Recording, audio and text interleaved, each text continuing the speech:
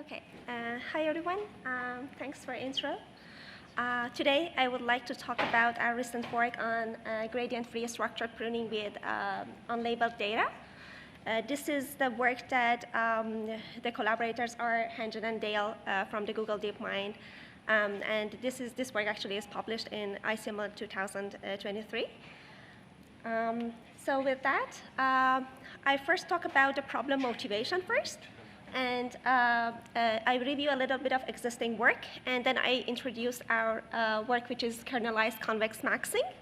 And I share some of our results with you, and eventually, if you have any time, I'll be happy to take your questions. Okay, so let's go to the motivation. Nowadays, we all know that LLMs have achieved great success in many different tasks in different domains. To name some, you can think about the summarization, text generation, or, for example, the dialogue management, conversational AI, and more. But all this success actually coming with a cost of high parameter count and significant computation overhead, which leads to inference latency, which is very, very important. And the question is that how actually we can reduce such a cost. So definitely we are not the first at working on this. This area actually people studied very well. To name some of these approaches you can think of, for example, distillation, the low-rank decomposition, or for example, value quantization, the compression, parameter sharing, and also the sparsification and pruning. So these methods actually showed some promising results. Our focus on this talk would be on sparsification and pruning. And our ultimate goal is that how we can efficiently prune these networks with kind of low cost and also kind of cause the latency reduced. So to give you an overview for the sparsity and pruning, you can think of this sparsification will categorized in two different approaches. One is the ephemeral sparsity, and the other one is model sparsity. In ephemeral sparsity, we target the example. And the question is that per example, how we can change the computation cost in the network in order to reduce the cost. To name some of these approaches, you can think of dropout or activation or this computational, the conditional computation or gradient approaches and etc. But on the other hand, we do have the model sparsity. In the model sparsity, the goal is how to change the existing model to achieve the sparsity. Some people focus on the weight matrix and try to kind of introduce a sparsity there, but sometimes they consider it in a structured way and sometimes in unstructured way. The structured way is the good thing for the hardware. Basically, if we focus on removing the neurons from the network, or for example, introducing some block sparsity in these matrices, these kind of pruning methods will cause kind of reducing the inference because the hardware can leverage those kind of sparsity. So the focus of our work again goes to that specific parts that our goal is we want to remove a neuron from the network or kind of prune them such that we get better computation costs. So all these approaches, even though they show some, again, promising results, the issue with that is that they are super complex. And most of the time, for example, for distillation, you need a lot of training data in order to make it happen. And also from the engineering point of view, they are usually very hard to implement. So that's why the realization practical point is kind of is not there. So again, the question is that how we can tackle this challenge. So let's go a little bit deeper in this transformer model. The transformer model has these building blocks for the multi-attention, feed-forward, and etc. There has been a study to see where the bottleneck coming from. If you focus on the computation cost, which block actually is more costly? And what they figure out is that mainly this feed-forward part is the one that is computationally expensive. So let's go again a little bit deeper and focus only on this feed-forward network. In the transformer module, it has only two layers of feed-forward network, and the middle layer actually that I mentioned usually is higher than the other one. And for example, in the BERTBASE we do have the dimension of the matrix, for example, is the first one is 768 by 3072, and the other one is also 3072 by 768. So that 30,072 basically is called a filter here. And the question is that, can we reduce that dimension? If we do that, we can actually tremendously contribute to the computation cost. Because even for the BERTBASE, it consists of, for example, 100 million parameters, and this part of a feed-forward will cost us more than 50 million parameters. So if we focus on that and reducing it, hopefully we can gain something out of it. So this part of work has been kind of shown some promising results, and what they usually do is that they introduce the mask, and the goal is to find a mask such that some cost in the language of flops is satisfied, and also they focus on some supervised loss, and the goal is, with this supervised setting, what should be the mask that kind of, the goal is when we introduce that, we minimizes the accuracy loss with the original model. So these are some of the existing work. There are a couple of features that are important for us. First of all, when you want that an approach be fast, then we should minimize the training or fine-tuning. Basically, we want to study, is it possible that we prune these networks without any retraining and fine-tuning, but still keep the accuracy as it was before? And if we don't do any retraining or fine-tuning, then it's great, because then we don't need a gradient, which is, again, a costly operation here. So by having that, then we know that the timing hopefully is good, and we kind of have a fast approach. Another part that I'd like to emphasize here is the supervision-free part. So we already know that nowadays these LLMs are trained with someone, and then there are developers on the other part that they are leveraging these LLMs. So these LLMs already trained with a lot of labeled and unlabeled data.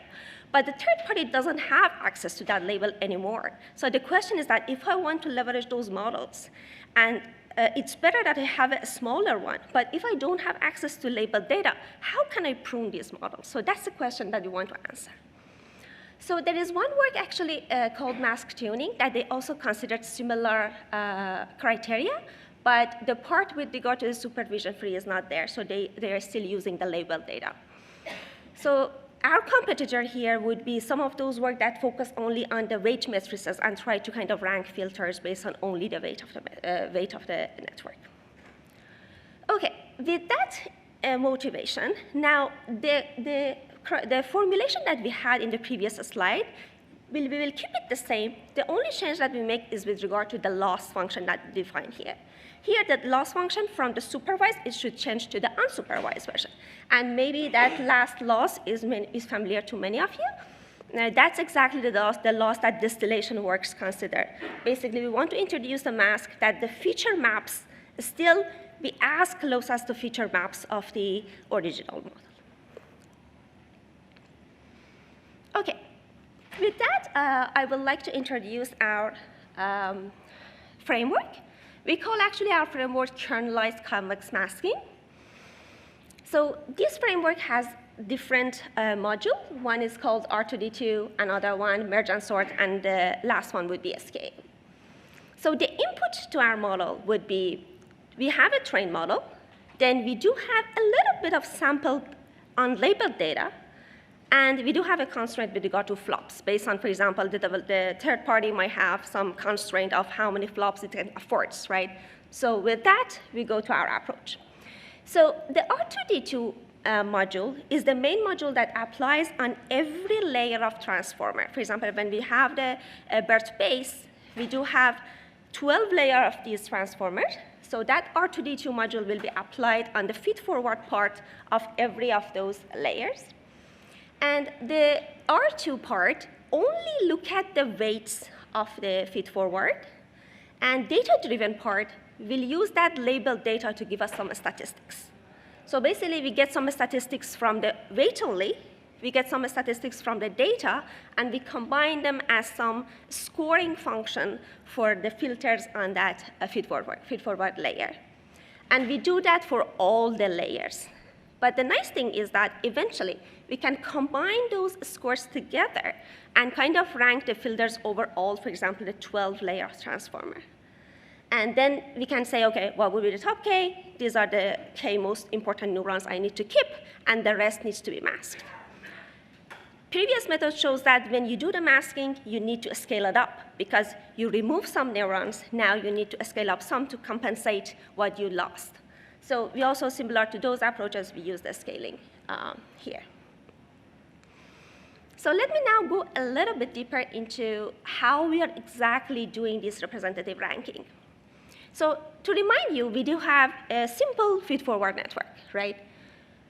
On the first layer, I do have a set of W1 weights. On the second layer, I do have a set of W2 weights, right?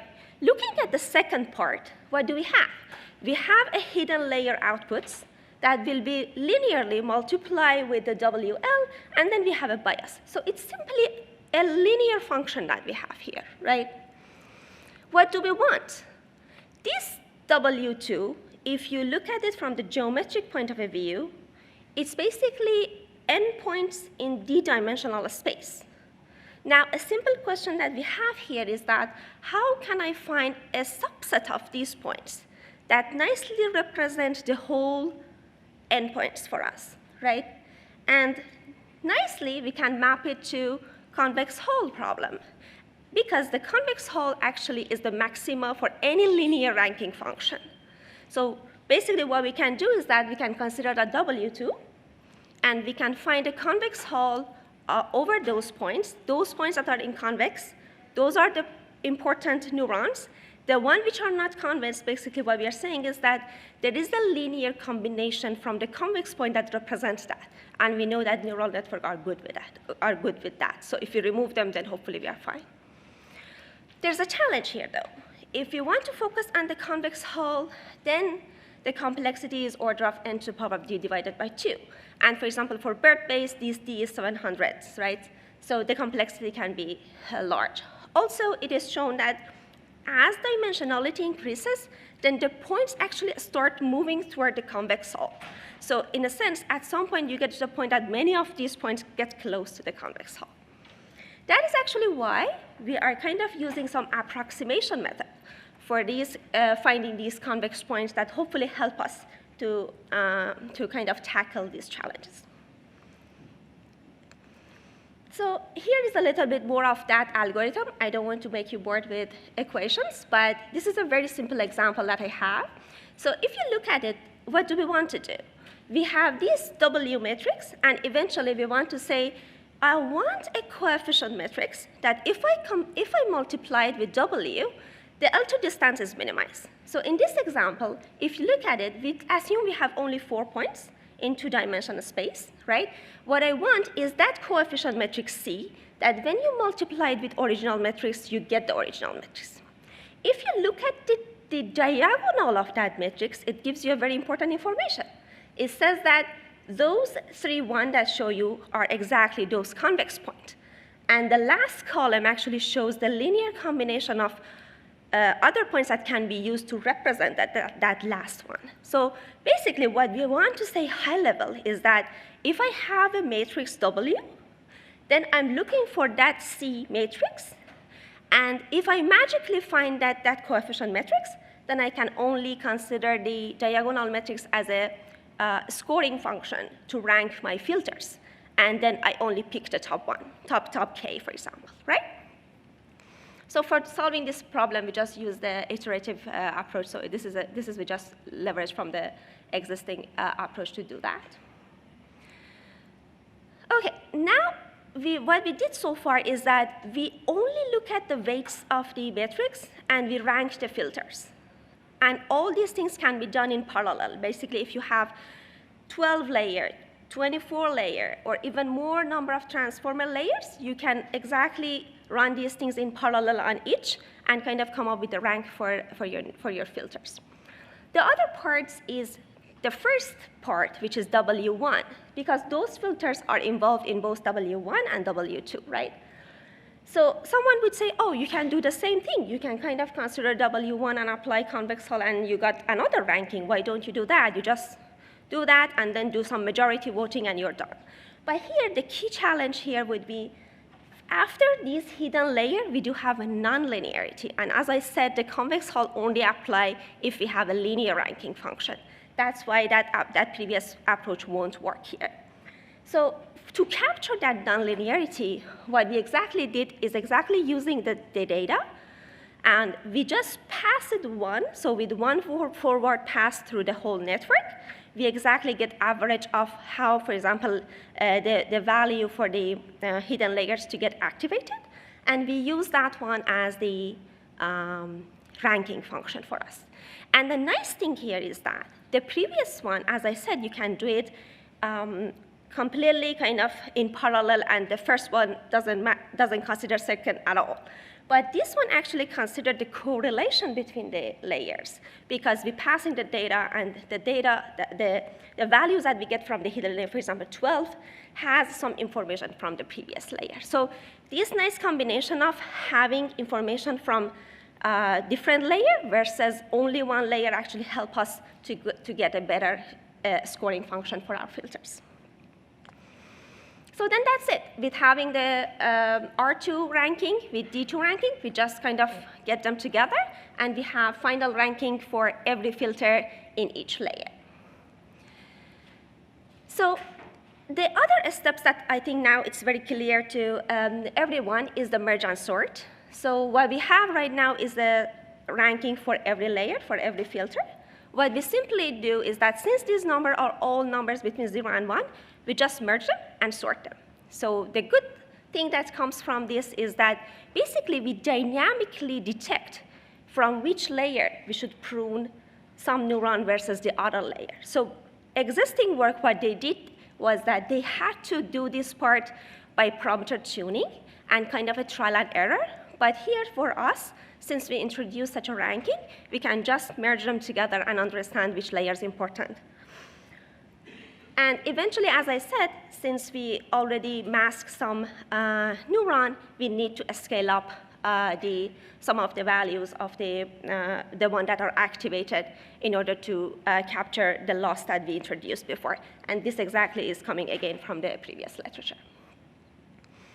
OK, so I just want to share you some of the results. So basically, I first want that you look at the one below. The results that right now we have is for the glue data sets and the squad data set. And the figure below show that from every layer, if we apply such a method, how many of these neurons get pruned eventually. And as you can see, across all these tasks, you can see that last 3 layers are the one that are good candidate for pruning. And the neurons in middle layer are the one apparently that they play an important role for our underlying task. And this is exactly matched with all previous works that they empirically show that, oh, they understand that the middle layer are important versus the final layers. But we got it for free using those kind of ranking function that I introduced. And the result on top actually shows our result comparing with the mask tuning approach. As I said, mask tuning is a supervised version. For us, is unsupervised version. But still, you can see that with this unsupervised version, we are able to kind of get to the similar accuracy and very comparable result with the mask tuning one. The accuracy loss that we have here is almost 4% for the squad data set. But for the other one, you can see that it's very, very comparable.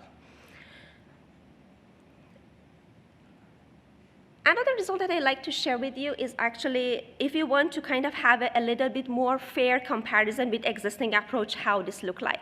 As I said, the only approach that kind of fits very well with the criteria that we are focusing are kind of weight magnitude. And we also introduced this weight magnitude with a scaling that, as I showed you, for example, the scaling part, we just applied on top of the weight magnitude. And as you can see, the blue one and the black one shows the accuracy of those. And as you can see, the more flops you kind of reduce, the gain you get, you kind of losing more from the perspective of accuracy. OK, now some of you may say, oh, maybe it's not very realistic that I don't have any labeled data. For me, I might get some, it might be costly, but I kind of gather some labeled data and how I can use your approach, right? So here, actually, that's exactly what we did. We kind of only considered 512 labeled data. That's very, very limited. Also, we tried it with 1K. So with that, what we are doing is that we are exactly doing the framework I introduced you. But I use that labeled data in order to refine the top K, in a sense that I use that labeled data, pass it only once, and also do the backward again once, and capture the gradient. And now I use the gradient as a new information to refine this top K, in a sense that I look at the lowest rank, and then I look at the toppest gradient, and I kind of switch them and see how it affects. So with that refinement, we exactly see that the accuracy actually boosts. And for the squad data set, if you remember previously, we had 4% accuracy loss, but now actually it is much less, and it's less than 2% accuracy loss. So this shows actually if you have some labeled data, actually you can leverage that and improve the accuracy. But again, I want to mention that with this approach, all these things will be done in less than 10 minutes, and you can kind of prune your network nicely. Yeah, with that, I would like to conclude my talk. So yeah, we introduced this new framework for the pruning, and this is kind of a new scoring function for the filters. And also, we showed that on these tasks, actually, the accuracy loss that you get is only 4%, but in a matter of 10 minutes of the computation costs that you can imagine for your pruning your network. Thank you so much. Fantastic talk. For some questions? Yeah, sure. Yeah. Do you have some questions? We have some time here. And also, of course, questions back.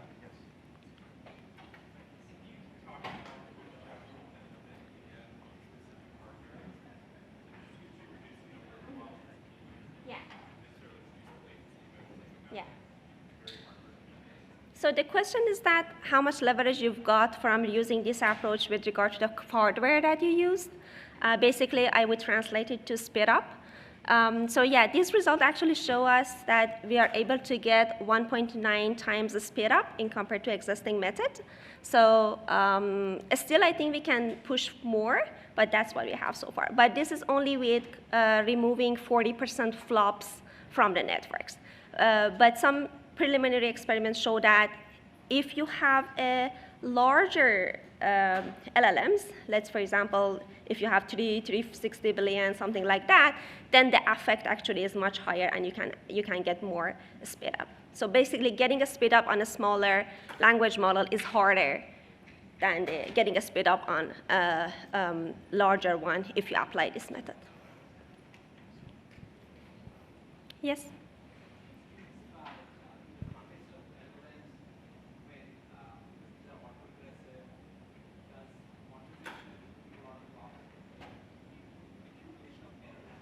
Oh.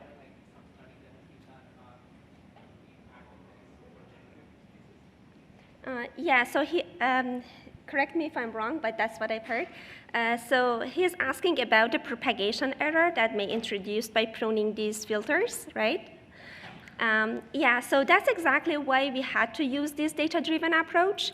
So basically, if we only want to consider every layer of transformer independently, then you're right, because we only look at the weight at a specific layer, and we do the pruning with respect to that. However, the other one might affect the other one. Theoretically speaking, if you think about the convex hull, it shouldn't be a problem, because still at every step you consider, you don't care what it comes to that, right? But in practice, yes, because of all those layer norm stuff that's happening in between, yes, we notice that if we only consider one layer and apply the convex, then the propagation error exists. That's why the data-driven help us. The data-driven will look and tell us some signal of saying which neuron is important compared to the other one, because it considers previous layers as well. Mm-hmm.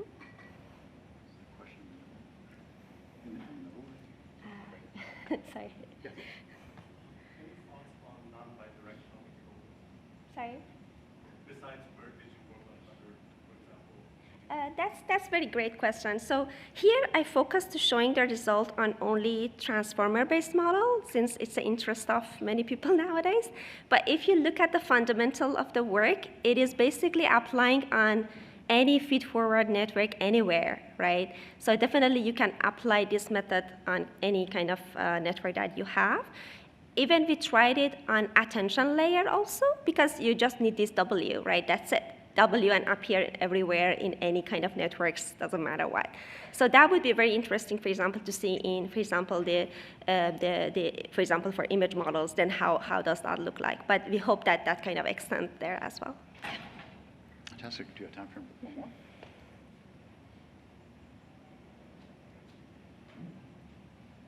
And also I should remind that we have office hours just right behind this wall here. If you go out to the right and right again, there's a question over there.